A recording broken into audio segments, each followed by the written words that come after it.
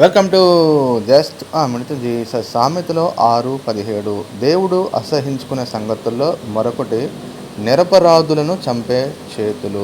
ఇలాంటి వారిని దేవుడు అసహించుకుంటా ఉన్నాడు.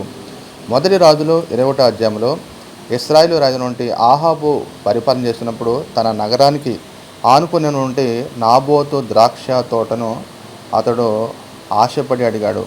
కానీ ఇది నా పిత్రార్జితం, నేను ఇవ్వనని నాబోతు చెప్పినప్పుడు అతను ఊరుకున్నాడు. కానీ యెజెబెల్ వచ్చి అతనికి విరోధంగా ఇద్దరు అబద్ధ సేవకుని ఏర్పాటు చేసి నాబోతును రాళ్లతో కొట్టి చంపడం జరిగింది.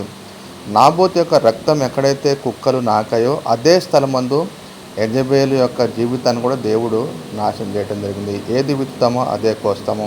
యేసుక్రీస్తు ప్రభువు వారి విషయంలో ఆయన నిరపరాధిగా ఉన్నప్పుడు గవర్నర్ వంటి పిలాతు ఇతని దోషము నా మీద నా కుటుంబం మీద ఉండకుండా కాకుండా అతను చేతులు కడుకుండా ఉండడు.